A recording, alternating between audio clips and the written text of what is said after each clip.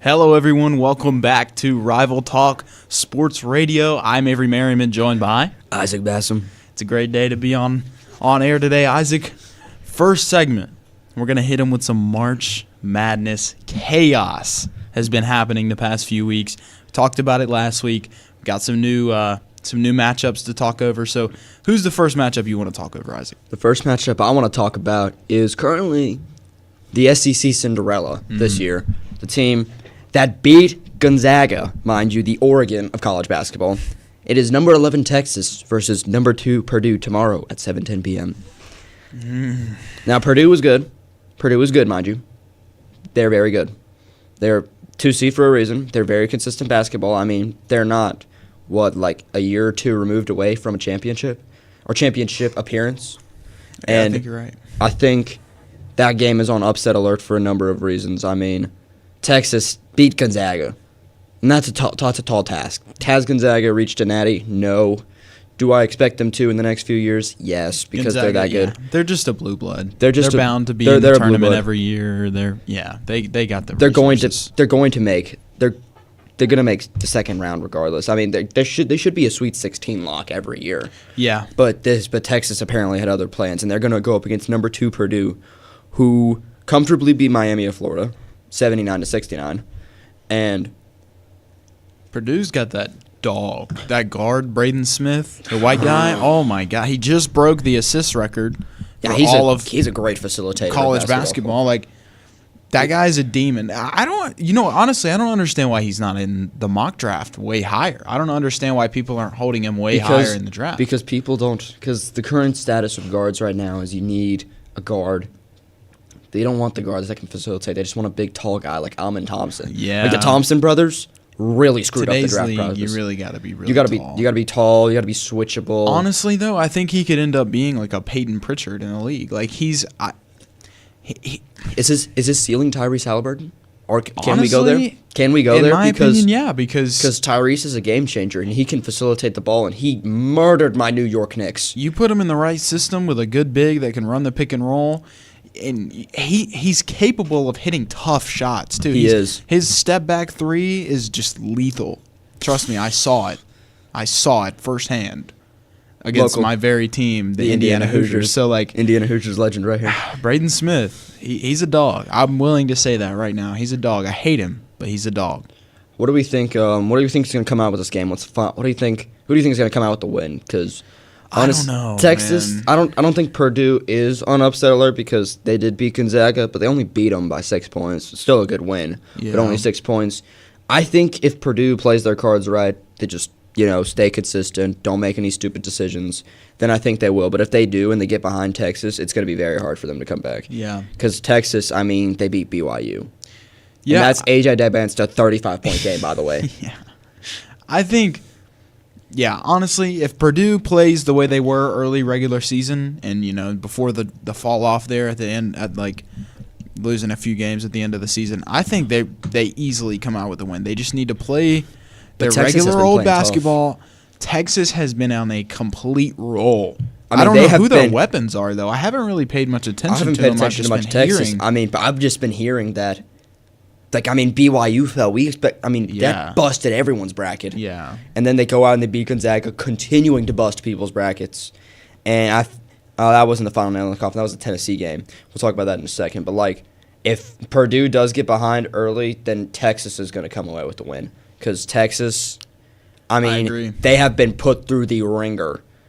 I mean, they've been playing so hard. They go play the 6th seed. They go play the 3 seed Gonzaga, which is expected to come out to win. I think they were the favorites by 5.5, 6 points maybe. And now they got to go play number 2 Purdue. Seeing a team like Texas in the Elite Eight would be awesome. Would be sick. Because Texas, that's one of those teams. It's an SEC school. But obviously, they're meant for football. They're a football school. Yeah. But, we need one team like that. Just one team that's a low seed that came into the tournament being doubted. Hated. I would love, obviously, the Indiana fan in me speaking, I would love to see Purdue lose. But I feel like it's going to be hard for them to lose. I feel like a lot of things would have to go wrong. Yeah. But it would be awesome, sick, to see Texas in the Elite Eight. for sure. That would be because that's when they can really start to make some noise too. Yeah. Another game, Duke St. John's. I have this game on upset alert. Duke. I Yeah. mean, everybody knows they almost lost to Siena, and Siena's coach. Just going on top for a second, he should be thrown in jail. We should have a criminal trial for this man. Did you see? What? No subs.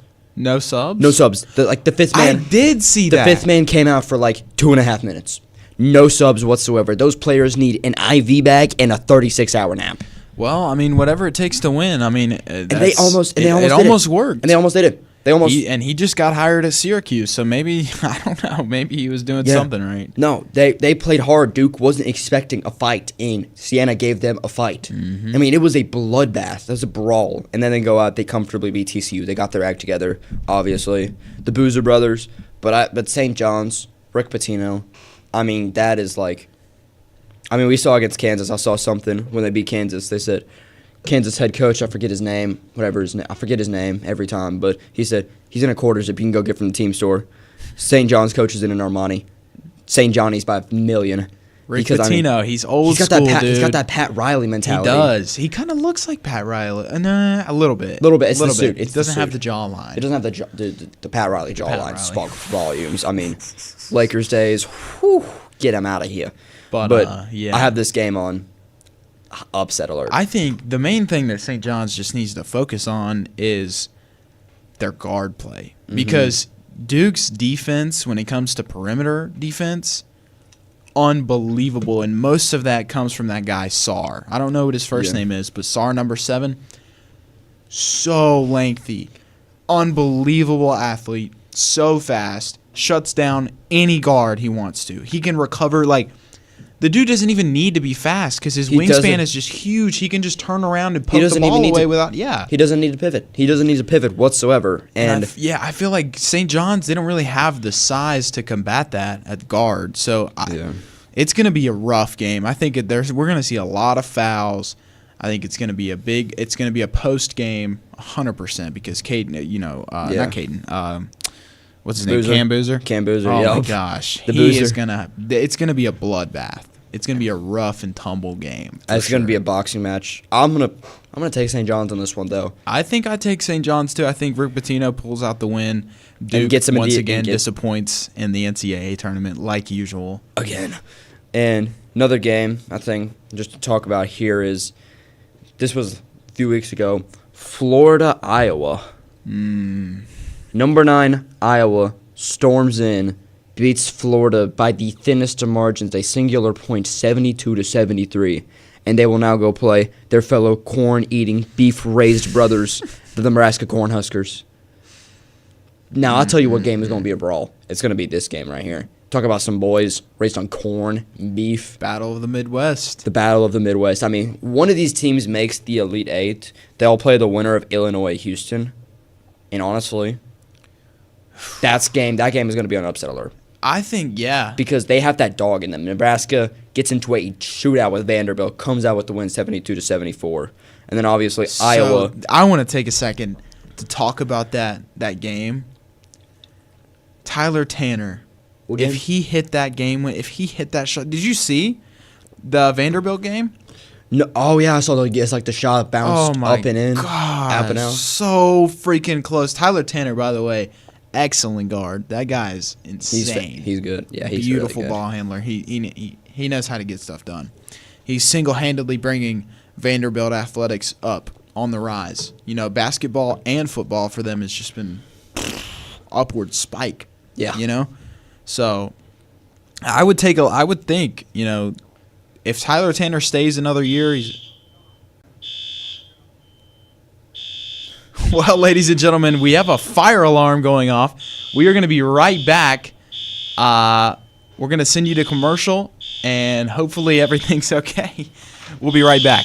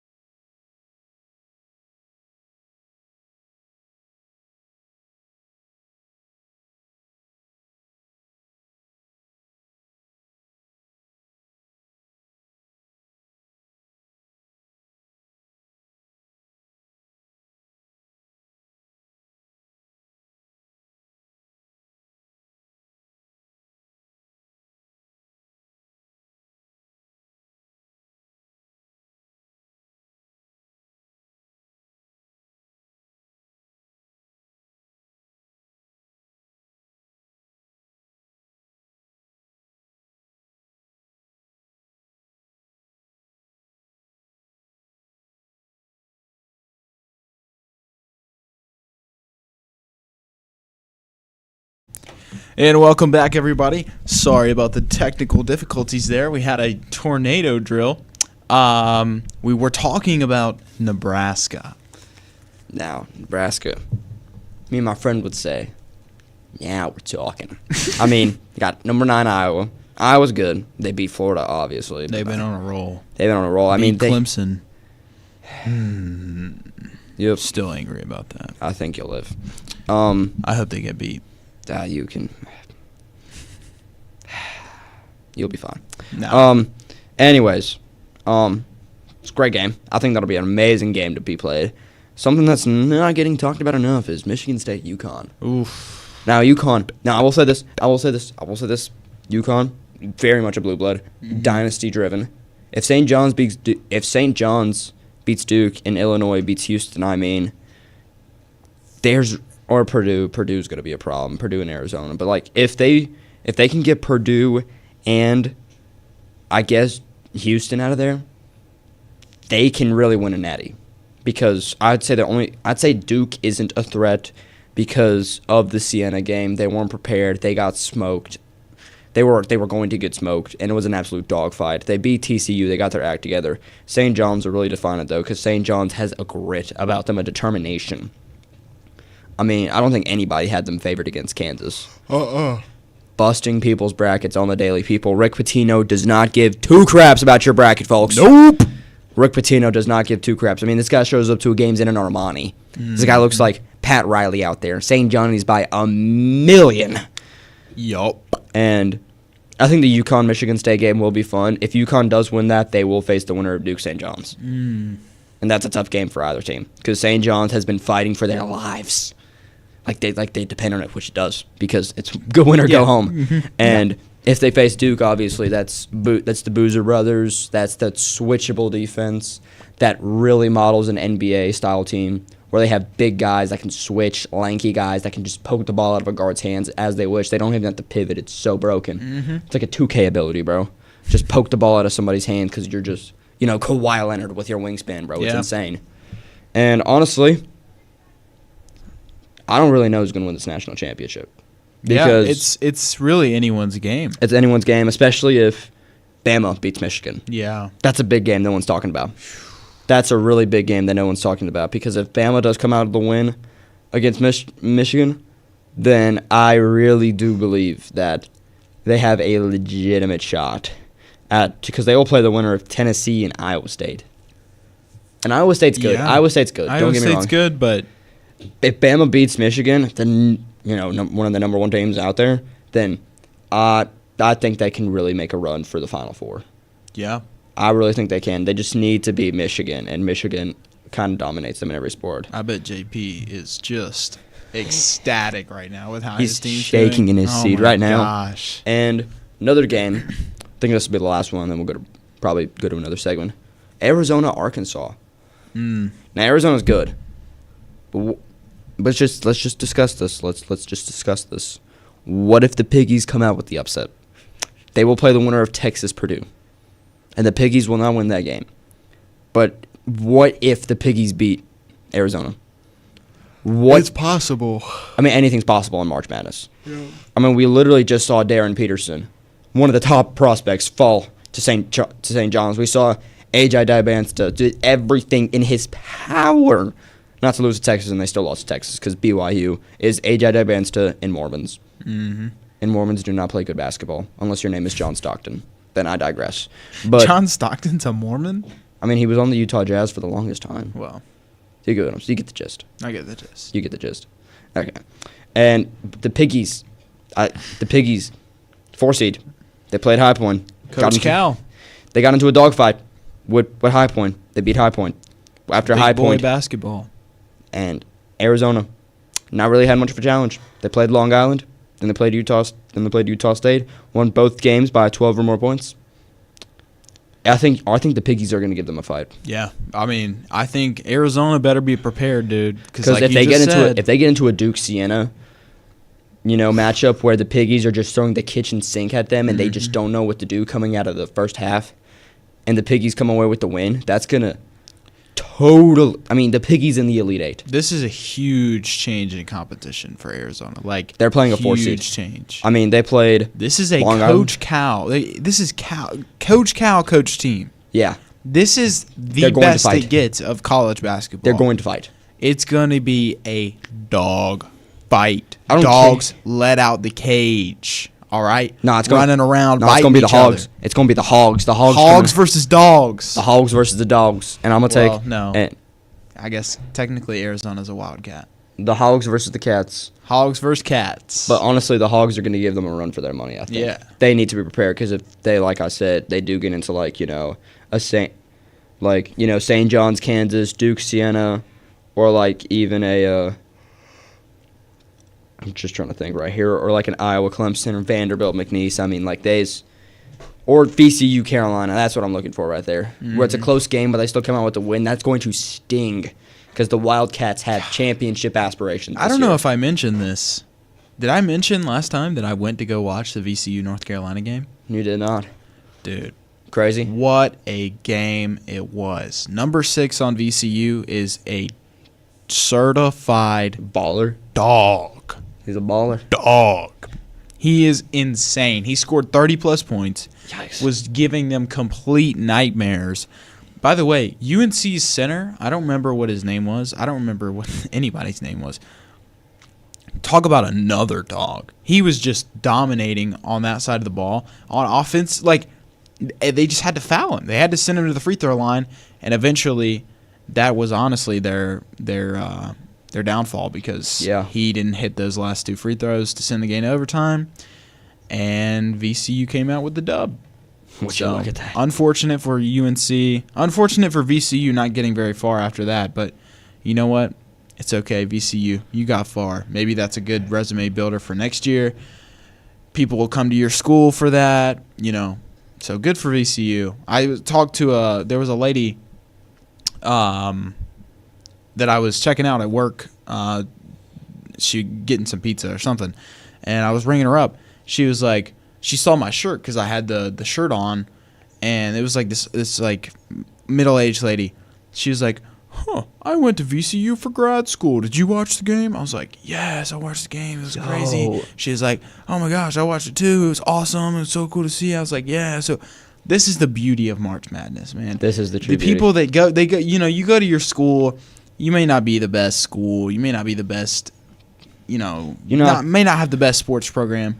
But, you get to see your team, that school that you went to all those years. Put up a dogfight in March. Put up a dogfight against the big blue bloods. Those the big schools. Against the schools that just breed, and I mean breed NBA talent. What a feeling that's got to be, dude. Because, I mean, like... That's got to be so awesome. That's the beauty St. of it, man. St. John's is probably, like, exploding in popularity right now. Hometown. Talk about a hometown hero beating Kansas. The Red Storm, baby. The Red Storm.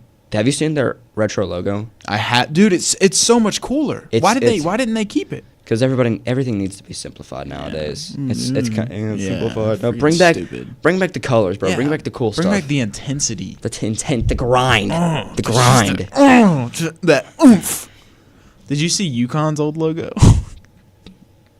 I think we need to go to commercial so break after that. Yeah. We need to. That's the ending. We're not even going to talk about I'm not that. going to discuss that. Not now. All right, ladies and gentlemen, we will be right back with NFL mock draft. Ooh. We'll be right back.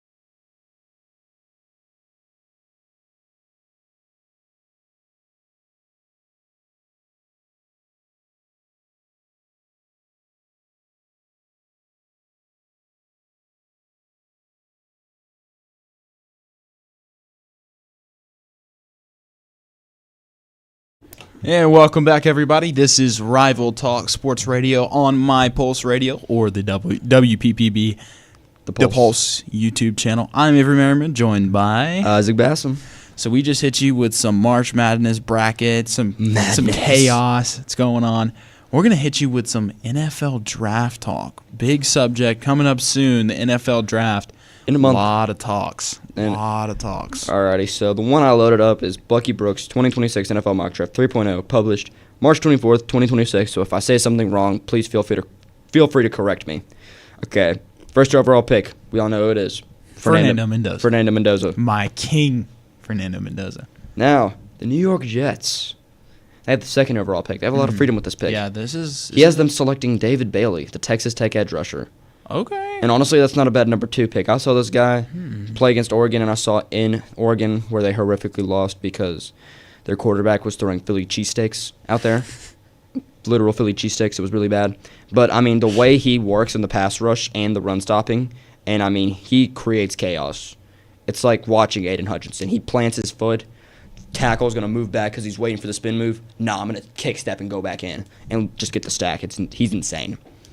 And surprising pick right here. Surprising pick. This is a little bit of an interesting one. A little bit of discussion. The Tennessee Titans at number 4. They select the running back from Notre Dame, Jeremiah Love.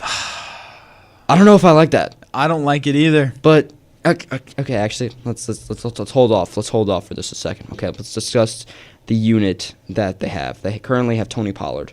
And if anybody remembers Tony Pollard back in the day, Ezekiel Elliott, bad contract. It's getting really bad. Cowboys fans were on their knees begging for this guy to take the number 1 spot, begging for years and years and years, and he's just okay. He's not a great running back, but he's not the best. He's not the best, but he's not the worst. He's okay. Capable. He's a C, B tier running back. High C, low B tier. High C, low B tier. I was going to say, I think his ceiling, maybe B+. B plus tier, yeah. But floor is definitely C+. Because we're in that B to C range. Because he's like a decent receiving back, and he's got good balance through contact. He's balanced. You know, he doesn't really strike you with anything specific, but he's Tony Pollard. And I think seeing something, though, I kind of like this pick for a number of reasons. This guy, Bucky Brooks, brings up a really good point. He says that when Dable took the head coaching job at the Giants, he helped Daniel Jones out by running the offense through Saquon. Actually, just running it through him and allowing Saquon to have more freedom in the run game. Because he's a dynamic receiver and a runner, too. I mean, he's one of the best running backs in the NFL. Took a bit of a down year, but, I mean, I would, too, if I got, 300-plus touches on route to a Super Bowl, mind you.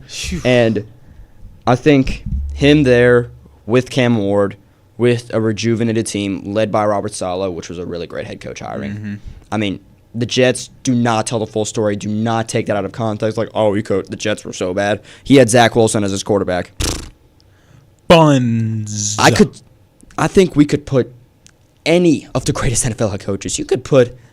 Shoot, I'm trying to think. You could put Don Shula. You could give Don Shula, Zach Wilson, and Don Shula would probably have a top 10 pick in the draft because Zach Wilson is that bad. And I'm kind of liking this pick. You gotta let it marinate. Gotta let the pick marinate. The shock value is a little bit there, but I think letting the pick marinate, I think this is good. Honestly, I don't know, dude. Do you think there's other position of need? I feel like he didn't strike me enough in college to be a top 5 selection. 4? At 4, yeah. I thought he was like a top 10 lock. He's great. He's a great running back, but he's not top 10. He's not top. He's top 10. Top 15 picks is my opinion purely because of drafting running backs. Just the stigma of that. I don't know. The stigma's being broken. Bijan Robinson. But look at Ashton Genty. These teams prioritize these big hitters, these big time players like Ashton Genty and Jeremiah Love before considering, hey, we gotta rebuild the offensive line. Fix the offensive line. That's the issue with Fix the underlying issues first before we focus on the big time things like that. So honestly, they can go for it if they want to, but honestly, dude, you don't like it? I don't like it. I don't like it at all. I think it needs time to marinate. There's too many offensive linemen this year that are really considerably good and you think they just need to take the position impact your offense greatly that I think you would take an offensive lineman here. You think what is the Jets' needs? Do you know? This is the Titans.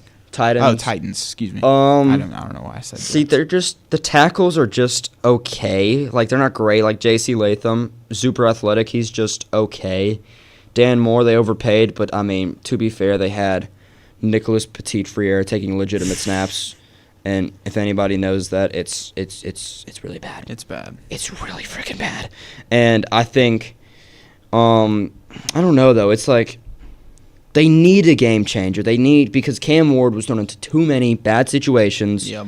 I think the Jeremiah Love pick is all right, but I mean, I do see because there's not a lot of great. There's a bunch of good tackles, but there's not guards. This is a very tackle heavy draft. It is. And I think that's why they're taking him because if there's like a guard in here, like a little, trying to think right here, like Mel Kiper had a few tackles going top 10, I think, didn't he? Yeah, At I least two.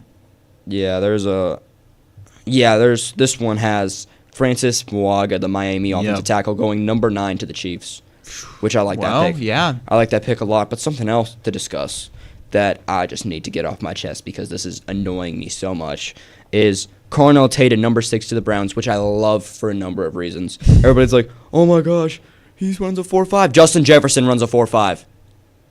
This NFL, the whole pure dominant athletic guy, that just needs to go away. Dude, Like- how big of a difference is it between 4.3, the fastest receiver in the NFL? Yeah, 0.2 seconds faster. These guys are still lightning fast. These guys are still insanely quick, and sometimes think it's not about about that. Like- it's not about speed. It's about separation. It's It about is. creating the separation. Skill, technical parts of it's really speed in general Like should Xavier not Worthy. be considered the way it is. Yeah, Xavier Worthy, He's just a gadget guy. he's just fast. He's just a gadget guy.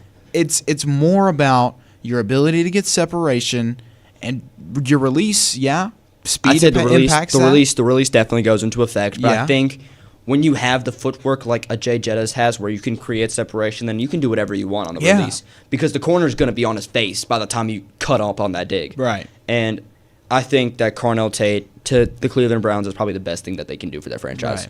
because Jerry Jeudy is one of those faster guys. He's gotten better. Isn't There's- he aging too a little He's bit? getting he's getting close to up 30s. there. I'd say he's like 28 mid 20s or mid to late 20s. Mm. I'd have to look it up, but I think he's like 26, 27 right now. And another pick that I like personally is Washington Commanders number 7 select Caleb Downs, the safety from Ohio State. Now there is a lot of there's a lot of concern about the degenerative ACL, but I'll tell you. Yeah. But I'll tell you what I learned. But I'll tell you what I've learned about Caleb Downs. This guy is a thinker. This guy can run a defense. I mean, he's got insane IQ, football IQ, great Really? football IQ. I mean, there's a reason Ohio State picked him up out of Oklahoma. Like, I mean, or was it Alabama? It was Bama. It was Bama. He transferred to Ohio State. Man, there's a reason they wanted this guy, and it's because he can think and he can process in his zones. Now, he can play in the box. He can play anywhere. But I think if you want to save his knees, play him deep. Don't put him in the box where he's going to have to tackle tight ends, Yeah. tackle running backs, take impact blocks against tight ends and fullbacks, which are horrible for your knees. And I think we just need thinkers on the defense, especially for the Commanders, whose defense was probably the main reason they lost so many games, is because they were they're old. They need some youth on that team.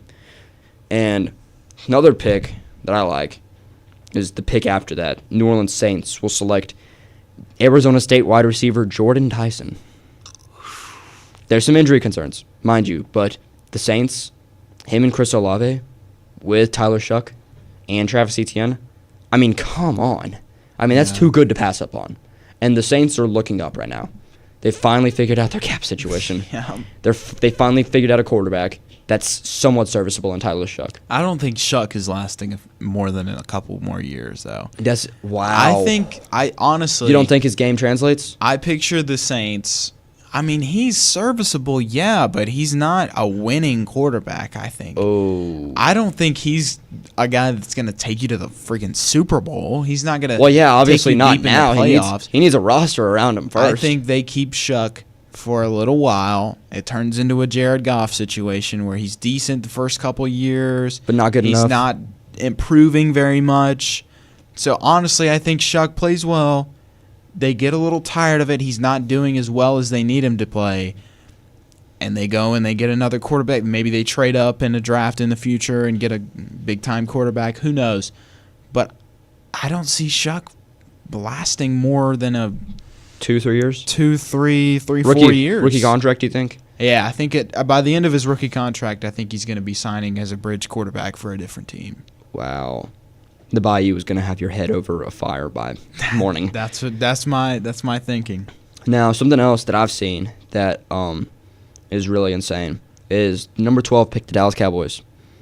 This guy's been sliding. This guy has slid in this draft. It is the edge defender from Miami, Ruben Bain Jr. Why has he been sliding? It's because of his arms, but he's fast enough to where he can create without the arm length.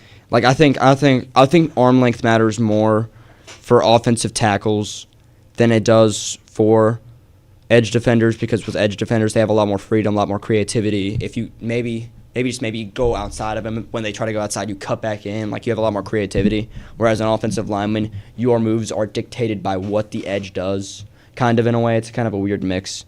And honestly, for this pick for the Cowboys, I mean, if they were able to flip Micah Parsons to get Ruben Bain, Quinnen Williams, and Kenny Clark, that's huge. That's honestly one of the... That makes that trade worth it. That makes the trade worth it. Because Michael Parsons is now eating into the Packers' salary cap. And now he has a torn ACL that he has to work through. And they don't know, especially if, if he'll be the same explosive guy that he is. We have to really see if his technical game comes out. The pick after that, though, very interesting. I've been seeing this on a lot of mock drafts. Number 13, the Rams pick via the Atlanta Falcons, who traded up to go get James Pierce Jr. Rest in peace to James Pierce Jr.'s career. Won't serve 5 years in jail, but it will definitely be a suspension from the NFL for this. Yeah, he's never coming back to the league. I think he'll come back to the league. It'll just be like a little 10-game suspension. Nothing too crazy. It's pretty crazy, though. Mekhi Lemon, the USC wide receiver to the Rams. Now, he has been sliding lately. Draft interviews were not great. We're not great. We're just going to put it lightly. They were not great. I think he's a really great athlete, though. I think he's really great at making catches at the contested point. He's very polished. He can really separate, and that's really rare for a receiver who's good at the catch point. Like the DK Metcalfs, the Michael Pittmans, the A.J. Browns. Like, they're good, but they need the ball in their hands to create plays. Like, they really need to when the ball is at the catch point. They're not going to be your big separation guys. Yeah. And he can separate, which is really rare for a receiver of his size.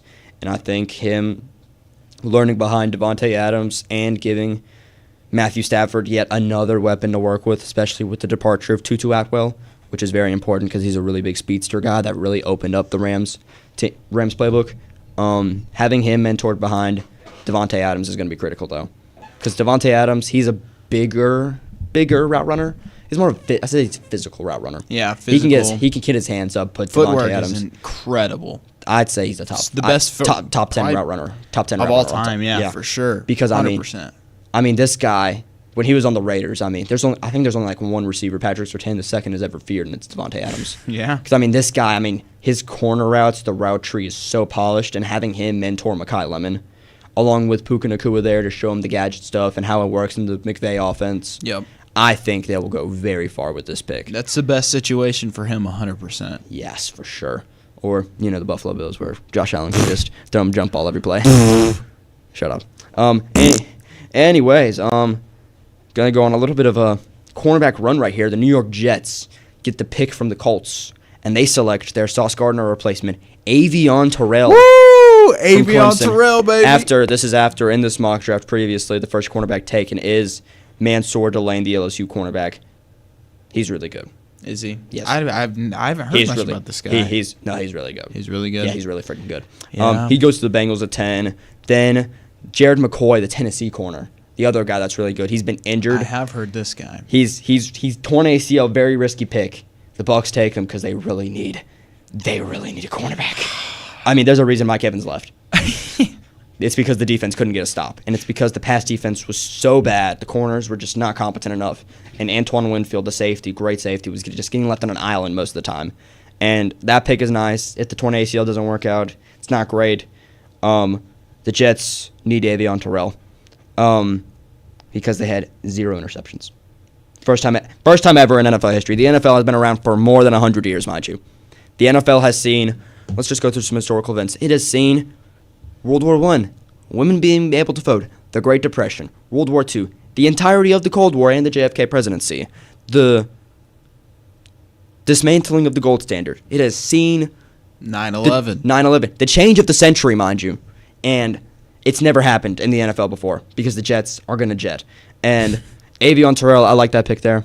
I like it a lot because I feel like Avion. I hate on the Terrell brothers. I don't like AJ Terrell a lot. I think he's too skinny.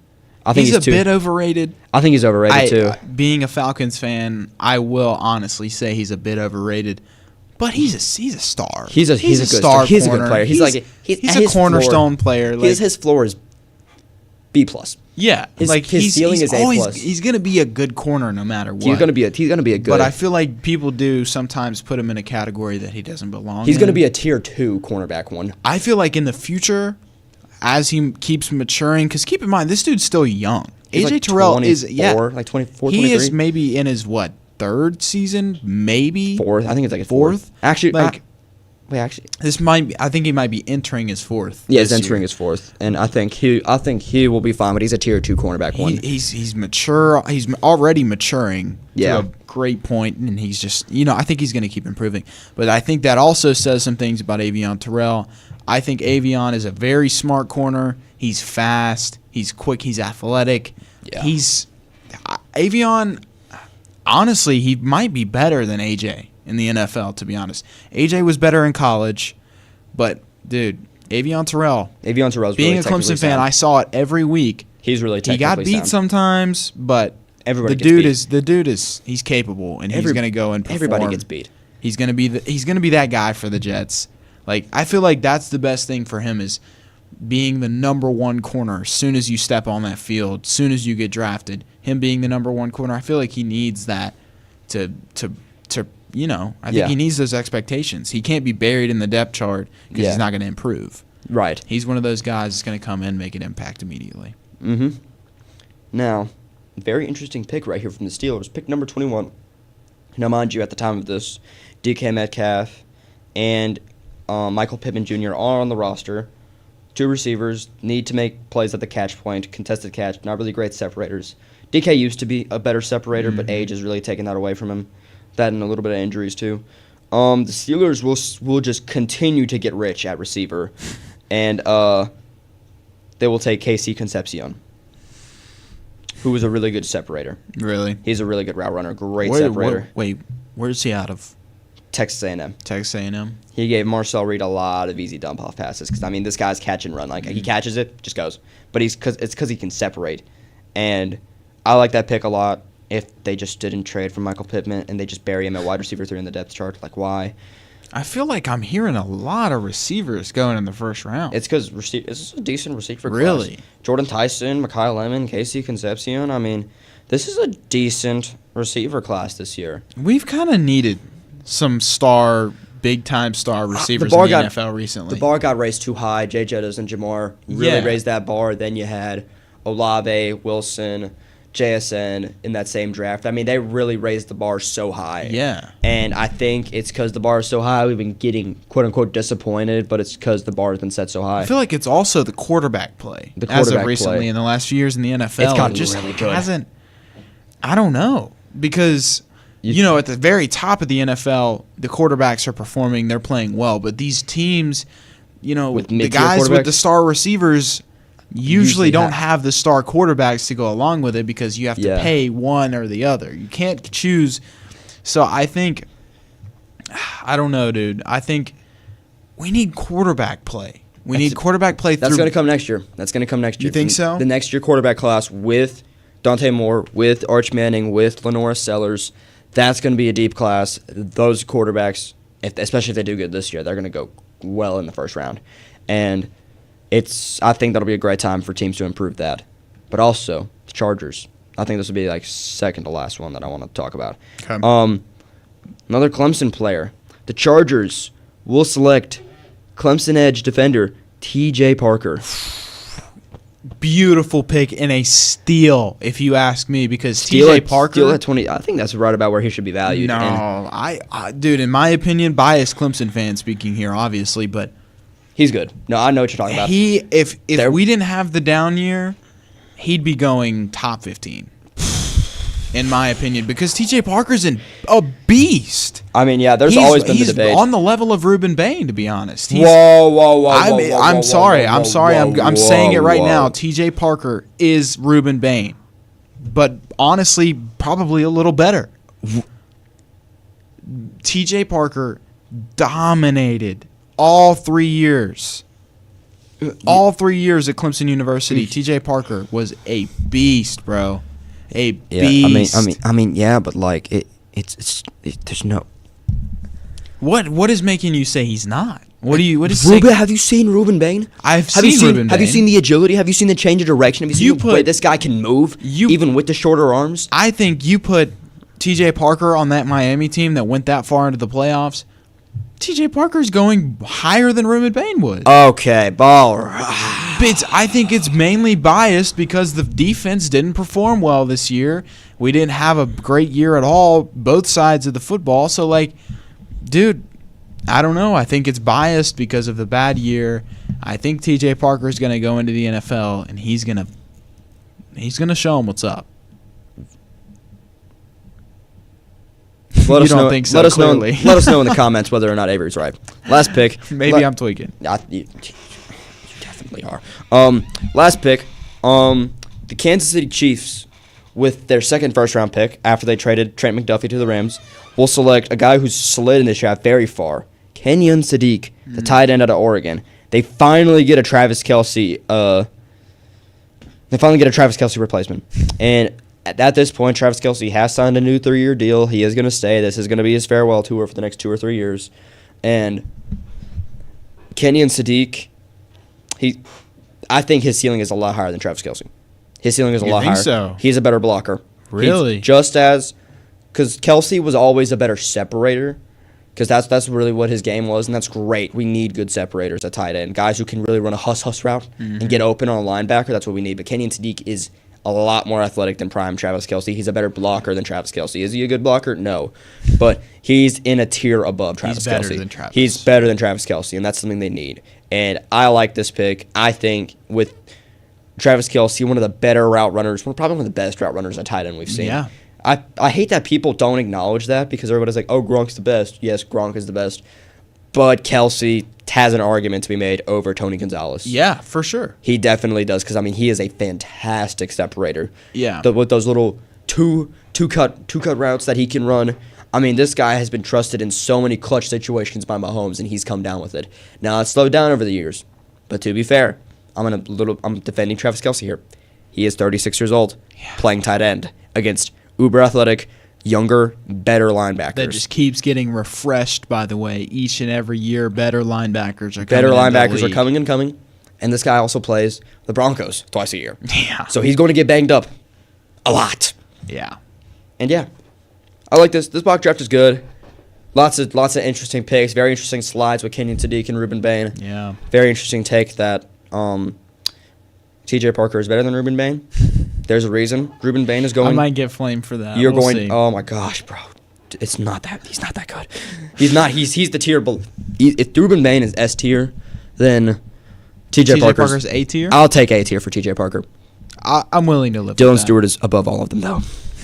All right. He's actually pretty good, though. All right. Well, we got 5 minutes left in the show. We're gonna come right back and do Basham after a few commercials. We will be right back, ladies and gentlemen.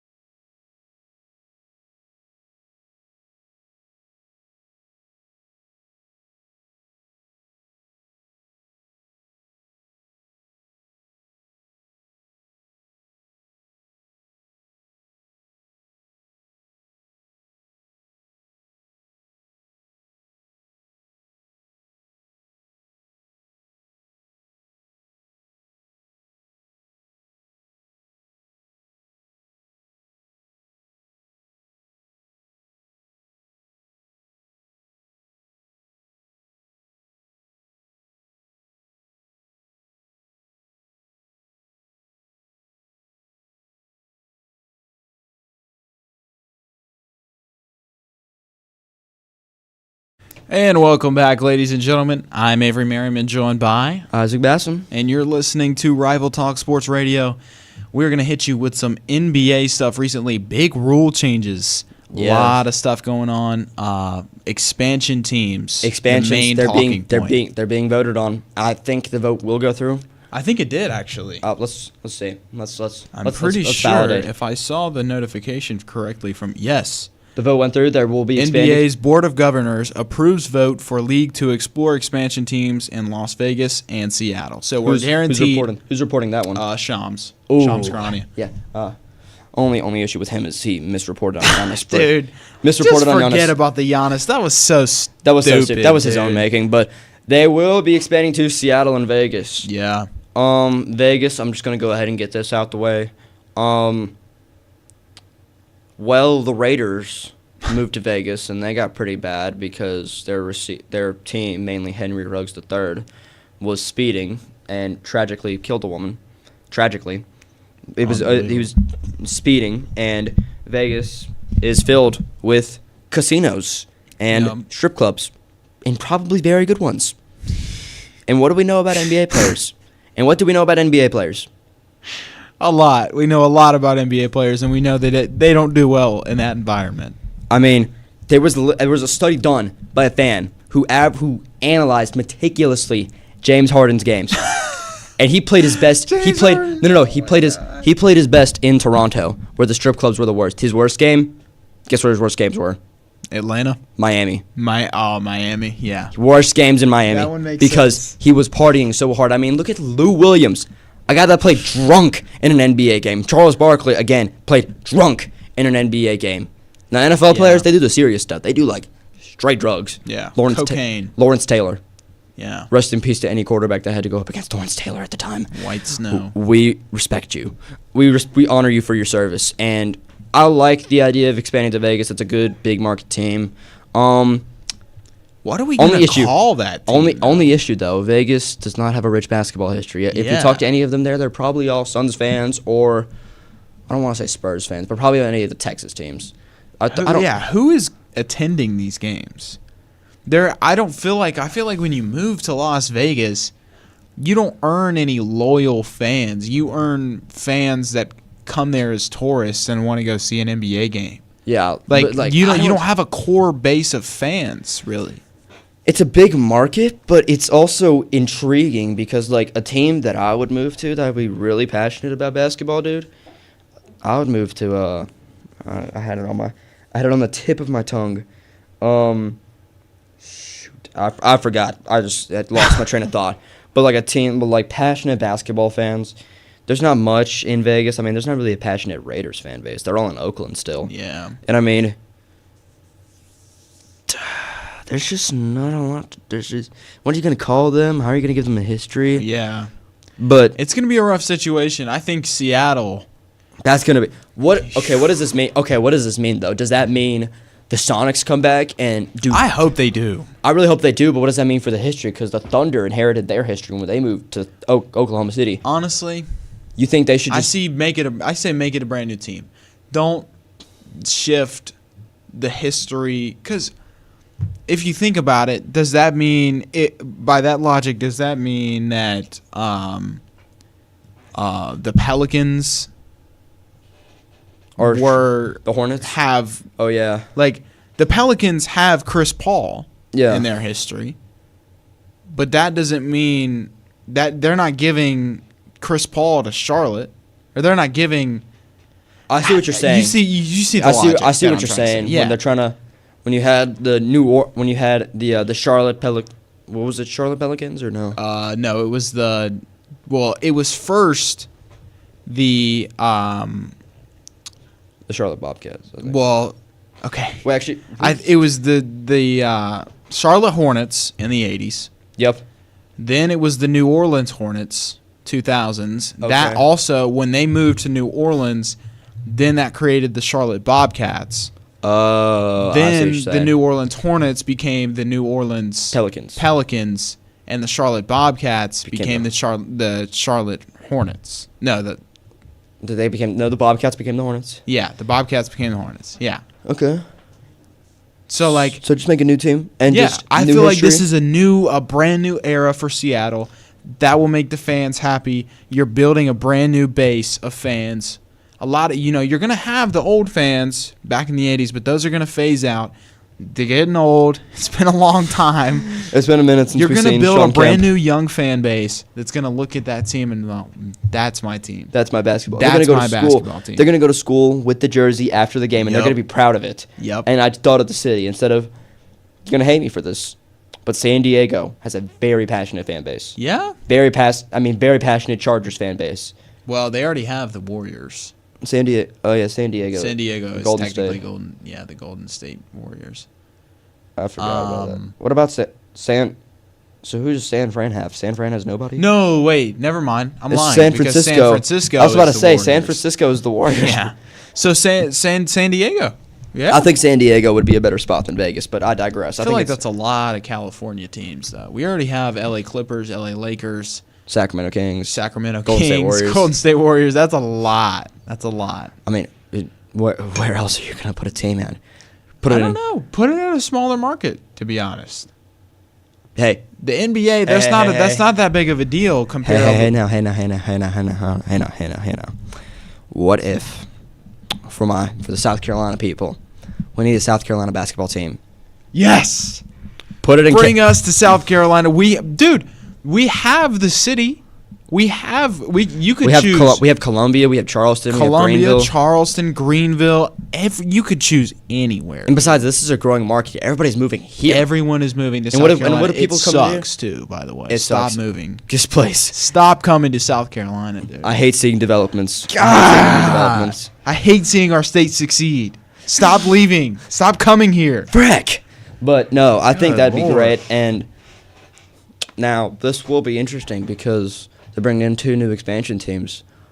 What are they going to do about bringing players? Are they going to do an expansion draft like they did with? Yeah. I think that's That's typical protocol. I think they're going to do an expansion draft, and they're just going to. That would be crazy to see. Dude, like, what team- if what if a team like the Thunder have to they can only keep, This could also. I wonder if there's any bad contracts.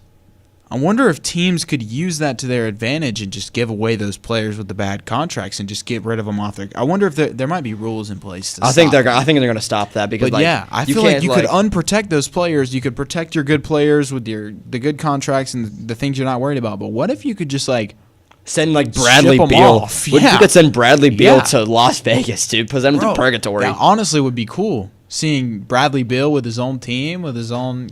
I mean, he's already- old now. It's we kind already of seen past him. his prime. We already saw him se- with the Wizards, but Hey, him and John Wall were nasty back in the day. I miss Wizards post John Wall Wizards. Bradley Beal with Russell Westbrook setting the triple double record, averaging a triple double with Bradley Beal. What a time that was, dude. What a time! What a time. What a time! It was beautiful. We took it. We took it for advantage. I think we took it for granted. Yeah, took advantage. Took it for granted. Took it for Kinda granted. mixed those two up. Mixed the two up, but no, we took it for granted. And honestly, we need. I think they need to stop that because they can't just Yeah. Yup, here you go. Here are That the would worst kinda send contracts in the shockwaves NBA. to the NBA. The finances would get. But what get about all a up. team like the Thunder or the Pistons or the Knicks, where you see the Knicks, where you see you can't protect OG Anunoby and Mikal Bridges, and all of a sudden you see, either of them in a Seattle or a, that Yeah. jersey, because all these teams have great players, and Adam Silver has tried so hard to kill dynasties, but all it's really done is make people the Thunder and the Jazz just hoard picks. Yeah. Because they know they can only draft, they really can't sign free agents anymore, because that was a big problem. But there's fixes to that, but I digress. It's for a different episode. And honestly, that would actually do wonders for Seattle to see a basketball team in there again, because they have a passionate sports fan base. Yeah, they really do. You ever seen have Lumen? not You ever seen Lumen Field when the 49ers are playing? Oh, not. it sound Have you been to Seattle? No, but I've seen Lumen Seen. Field. I've seen Lumen Field in videos and stuff, and it's they want to murder the 49ers. You see a 49ers fan walking in Seattle, you might want to call 911 because a missing persons case is about to appear, and it's going to be that poor 49ers fan.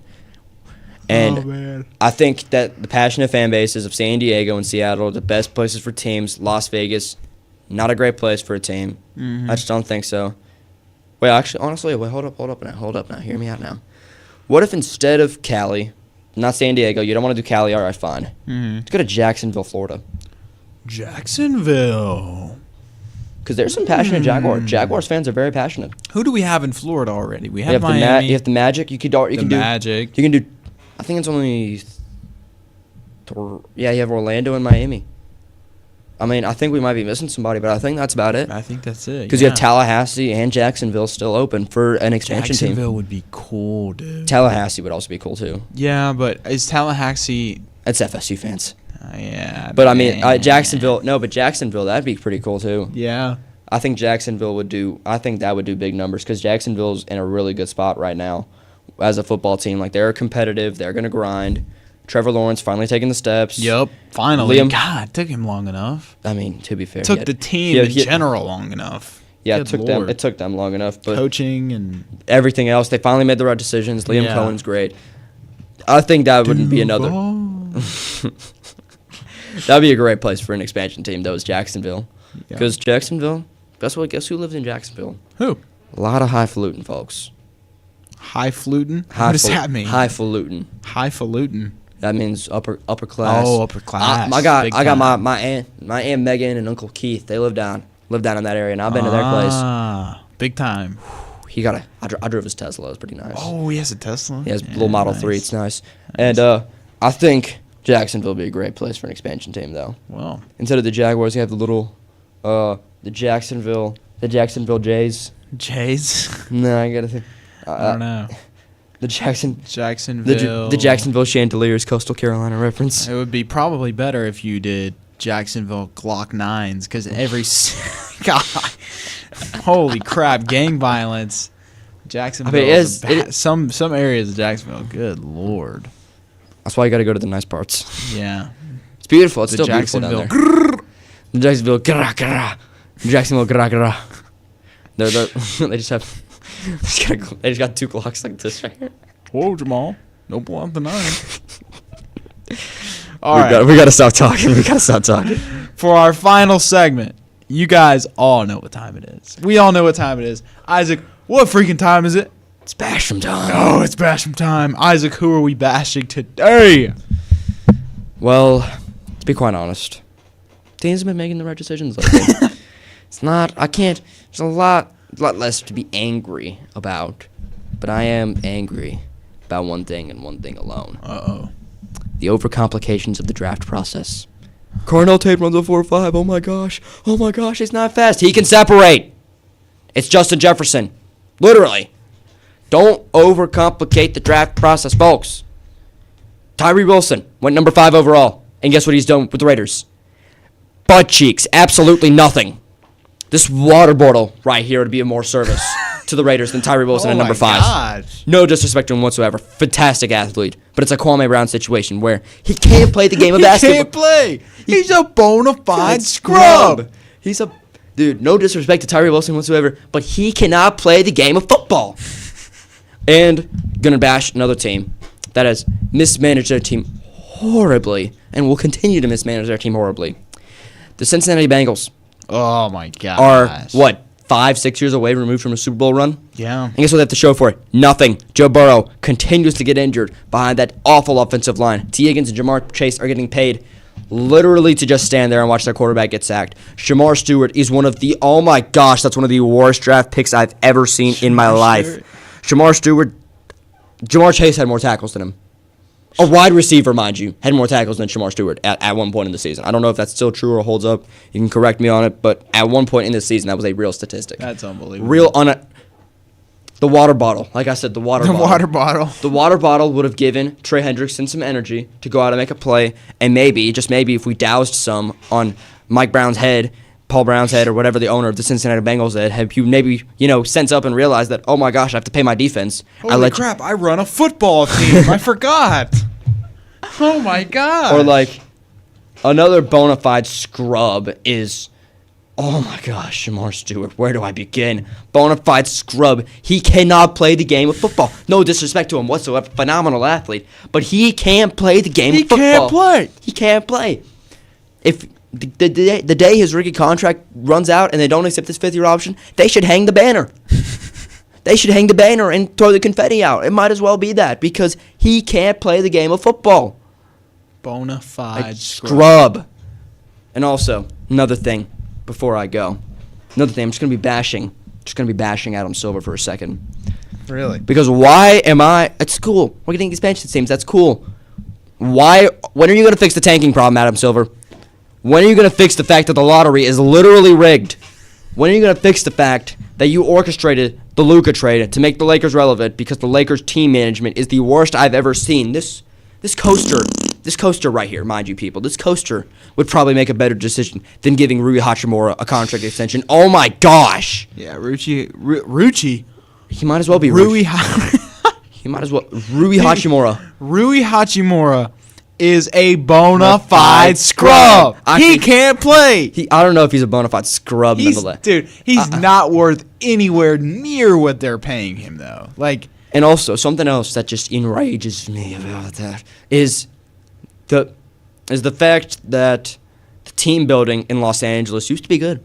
Guess what they used to have? They used to have Baby Ingram, Baby Ball, Baby Russell, Baby Julius Randle. Yep. All four guys outside of Ball are phenomenal starters. And guess what they all... D'Angelo Russell kind of phased out recently. Okay, but well, yes, okay, the true. D'Angelo... Okay, I'm going to stand my ground on this. I will not tolerate D'Angelo Russell slander, okay? If I had Darvin Ham... Because if I had Darvin Ham as my head coach, I'd be bricking threes. Because Darvin Ham is one of the worst head coaches I've ever seen, ever. Yeah, Darvin Ham is a horrible head coach. I will definitely give you that. That was awful. And besides, in his Brooklyn days, he was a dog. He was, but they're trying to use him like he was in Brooklyn. Use him as a corner guy. Like the prime 2018 Houston Rockets. Oh, Carmelo Anthony, you're coming on team? Get in the corner right this corner. Get in the corner this instant. Get in the corner. Oh, you shoot 39% from three? Get in the corner right now. Sit the corner now. Get in the corner now. James Harden touches the ball. If he gives it to you, it's a gift. Use it. And get in the corner and use that gift. Get in the corner. Use that gift. All right? And why are we concerned with that? When are we going to fix the fact that literally, the Wizards will continue to tank forever and ever until they get AJ Dybantsta, and even then it won't be enough. These young players, you created such a toxic ecosystem of free agency and trades because nobody can trade anymore. No one can keep a team together anymore because, like, oh, that's going to create a super team, and that's not profitable. Picks. And now you screw over a team like the Clippers, who were building a super team. Now, was it a bad decision to build a super team? Oh, yes, it was. But these new collective bargaining agreements are literally going to kill a big market for your team, who built a $1 billion stadium because of it. Yep. Billions of dollars worth of stadium right there, just gone because the new CBA sucks. Contract extensions are so bad. And why are we giving people the Supermax? That should not be an option. Like, if I tell Really? You think so? Like, no. You're an athlete. I'm paying you to be here. And if you want to go get your money from the Brooklyn Nets and be part of the tank job, you want to go get your money from the Nets, be my guest. Okay? Yeah, that Michael Porter Jr. contract.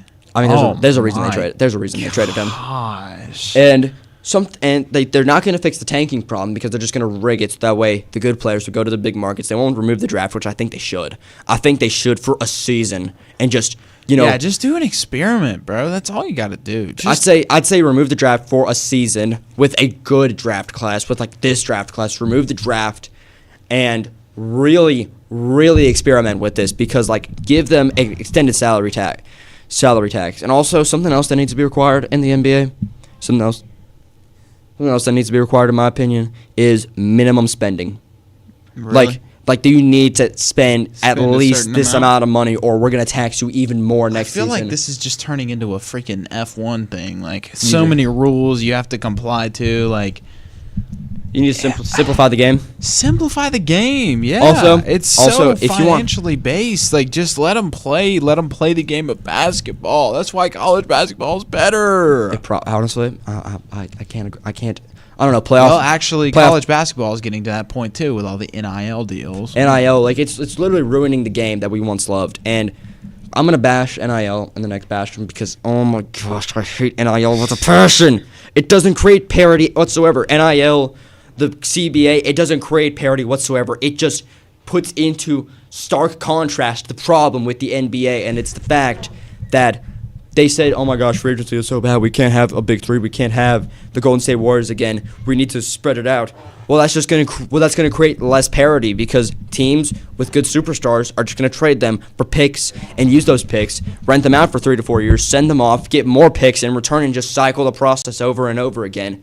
Where you need to trade your superstars because you can't pay them because you're gonna have that superstar and literally like 5 other water bottles in the starting lineup because you can't pay anybody else. The CBA is so bad right now, Adam Silver, and it's because of the decisions of the CBA making the draft pretty much the only place you can team build now because free agency is basically irrelevant at this point. There's no reason to really use free agency outside. And he wonders why tanking's a problem. And you wonder why tanking is a problem. You wonder You're why. forcing all the teams to use the draft to build their teams. Like, bro.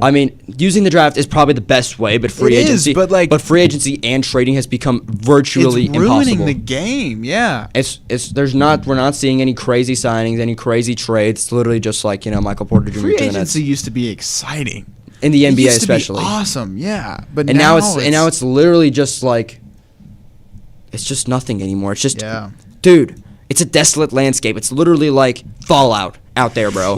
It's like Fallout out there because the nuke of the CBA dropped on the NBA and it has left literally nothing. No room for error. If you have like $1 over the salary over the tax over what apron or whatever, the apron thing, that's also stupid. I hate that so much. Like, just give them a minimum salary cap and let them handle it. Like, sure.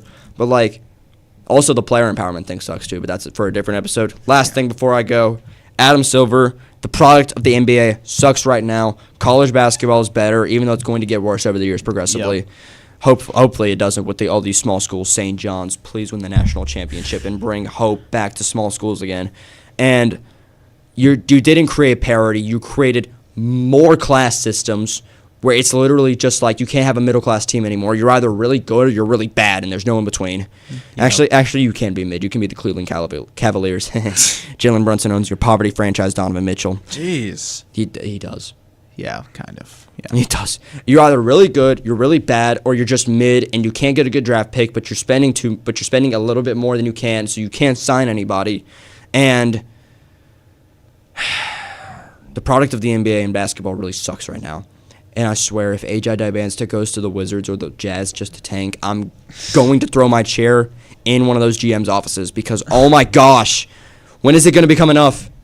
When will it ever be enough? I don't know.